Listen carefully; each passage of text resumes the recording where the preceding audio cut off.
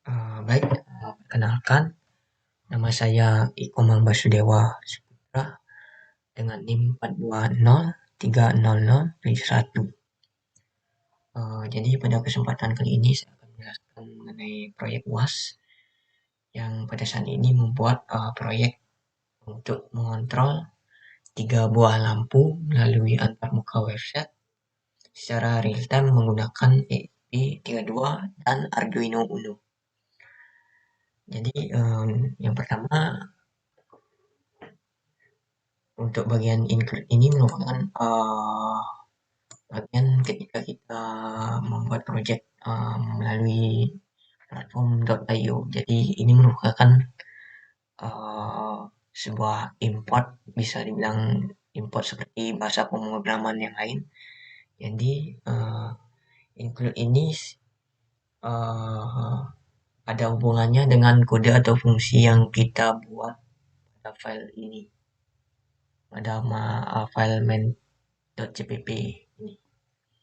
Selanjutnya ada kode yang mendefinisikan dua variabel konstan, yaitu ada SSID dan pass. Jadi kode ini digunakan untuk menyimpan nama jaringan Wi-Fi dan kata sandi Wi-Fi.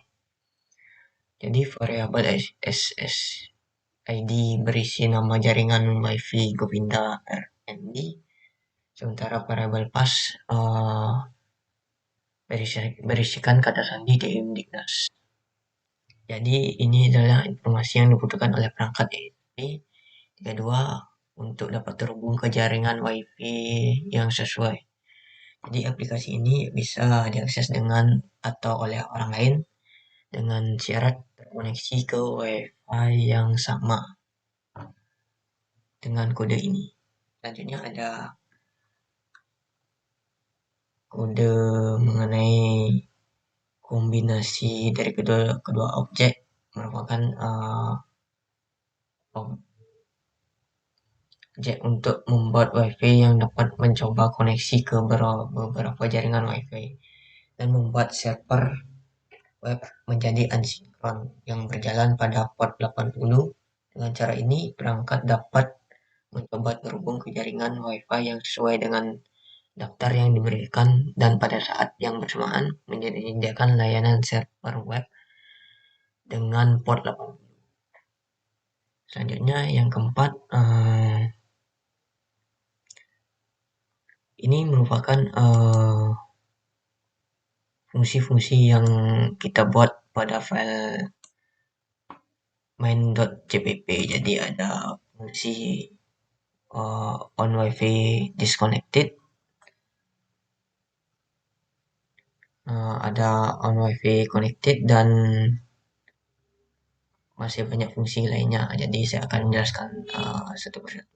Jadi untuk fungsi yang pertama, Wi-Fi on connected merupakan fungsi yang digunakan untuk menangani peristiwa koneksi Wi-Fi dan mencetak informasi yang relevan. Begitu juga dengan fungsi Wi-Fi disconnected dan Wi-Fi got IP.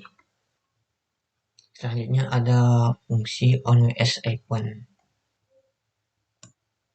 Jadi ini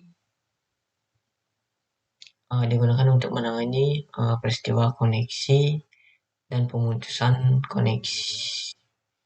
koneksi WebSocket.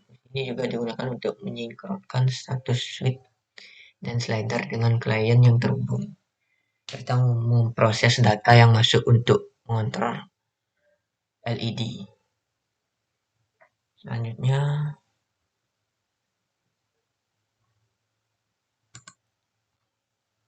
ada fungsi set switch. Jadi fungsi ini digunakan untuk membalik-balikan status LED. Jadi fungsi ini juga memperbarui status switch pada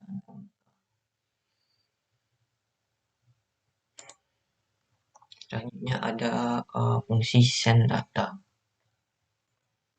Jadi fungsi ini merupakan fungsi yang digunakan untuk mentransmisikan data JSON ke semua klien WebSocket yang terhubung.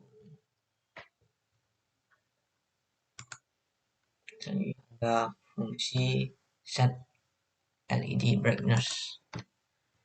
Jadi fungsi set LED brightness ini digunakan untuk mengatur kecerahan LED menggunakan PWM, dan fungsi ini juga memperbarui posisi slider pada antarmuka web.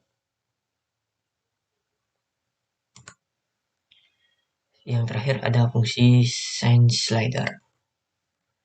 Jadi fungsi ini digunakan untuk menyinkron status slider dengan klien WebSocket yang terhubung. Ini menerima satu parameter, yaitu ID slider yang akan disinkron. Selanjutnya kita beralih ke file main.js. Jadi sebelum kita menggunakan teknologi WebSocket, jadi kita melakukan koneksi untuk membuka koneksi untuk teknologi WebSocket tersebut. Jadi yang pertama di sini ada dokumen .add event listener. Ini merupakan sebuah kode yang dimana menunggu seluruh isi konten dokumen HTML selesai dibuat sebelum menjalankan fungsi di dalam ini. Jadi di sini ada fungsi socket, kemudian ada socket add event listener,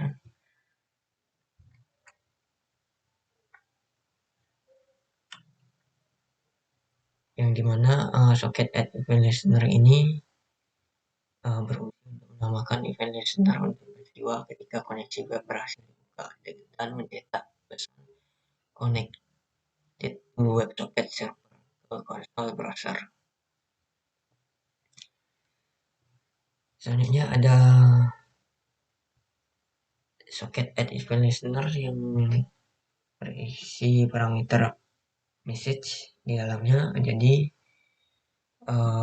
kode tersebut merupakan kode yang digunakan untuk menambahkan event listener untuk peristiwa ketika pesan diterima dari server web dan mengambil pesan dari server dan mengubahnya menjadi objek JSON. Selanjutnya ada socket add event listener yang berisi parameter error. Jadi kode ini menambahkan event listener untuk peristiwa ketika terjadi kesalahan pada koneksi WebSocket dan mencetak pesan kesalahan ke konsol browser. Selanjutnya ada socket.add event listener close. Jadi kode tersebut merupakan kode yang digunakan untuk menambahkan event listener untuk peristiwa ketika koneksi WebSocket ditutup dan mencetak pesan log yang menunjukkan apakah koneksi ditutup dengan bersih atau tidak. Selanjutnya ada kode dokumen.getElement by ID. Jadi kode ini menambahkan event listener untuk peristiwa klik pada tombol switch dan mengirimkan JSON ke server untuk mengontrol switch, baik itu switch yang pertama, yang kedua, atau yang ketiga.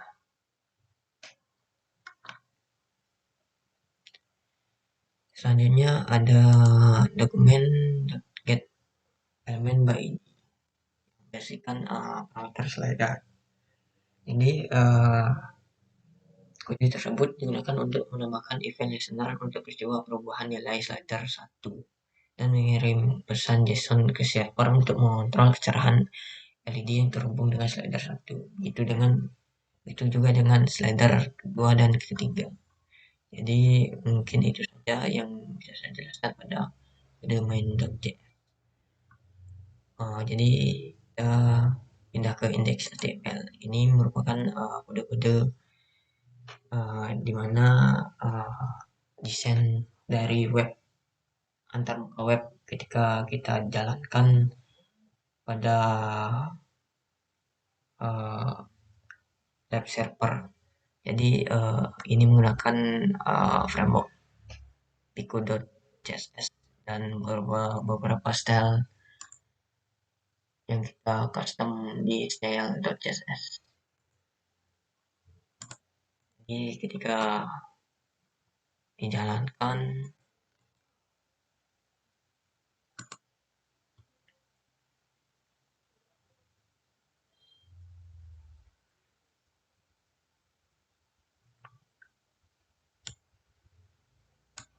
maka tampilan dari web termuka web akan seperti ini. Jadi ini tidak terkoneksi ke ESP32-nya karena keterbatasan alat. Jadi seperti ini jika desain muka webnya ditampilkan. Jadi mungkin sekian yang bisa saya jelaskan pada uh, project ini, dan mohon maaf jika ada salah atau salah pengendapan. Sekian dan terima kasih.